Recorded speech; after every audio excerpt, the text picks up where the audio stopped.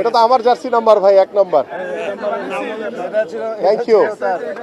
যে আমরা এই আহ্বানী ক্লাব সহ বিভিন্ন ক্লাবের যে কিছু বিষয় রয়েছে, যে আর্থিক মানে অসচ্ছলতার কারণে অনেকে খেলোয়াড়দিকে পেমেন্ট করতে পারছে না, সেগুলো ইতিমধ্যে আমাদের নজরে এসছে। তো আমি আজকে যেহেতু আহ্বানী ক্লাব দিয়ে কথা বলা শুরু করেছি, আমি পর্যায়ক্রমে বাংলাদেশের যে টপ ক্লাবগুলো রয়েছে, মোহামেডান থেকে শুরু করে বসুন্ধরা, আরও অন্যান্য যে ক্লাবগুলো আছে, তারা যাতে মানসিকভাবে আবার উজ্জীবিত হয়, তারা যাতে খেলোয়াড়দের কাছে, খেলোয়াড়দের মাধ্যমে, তাদের সমন্বয়ের মাধ্যমে যাতে ক্লাবগুলো সুন্দরভাবে পরিচালিত হয়, সেই বিষয়গুলো নিয়ে আমার সার্বিকভাবে সহযোগিতা থাকবে ইনশাল্লাহ।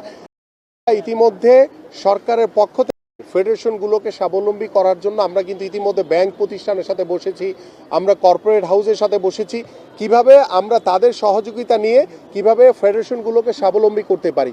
পাশাপাশি আমাদের ক্লাবের যে নিজস্ব যে অ্যাসেটগুলো রয়েছে, সেগুলোকে কাজে লাগিয়ে ক্লাবগুলো যাতে তারা স্বাবলম্বী হতে পারে, সে বিষয়ে আমাদের পরিকল্পনা রয়েছে। পাশাপাশি আহ্বানী ক্লাবের যে অবকাঠামোর যে বিষয়টা রয়েছেন, ইতিমধ্যে আমাদের এখানে তান্না ভাই, পিন্টু ভাই সহ, আমাদের মামুন ভাই সহ যারা এখানে উপস্থিত আছেন, তাদেরকে বলেছি যে আহ্বানী ক্লাবকে আবার আগের স্বরূপে ফিরিয়ে আনার জন্য আপনারা সার্বিকভাবে কার্যক্রম শুরু করেন।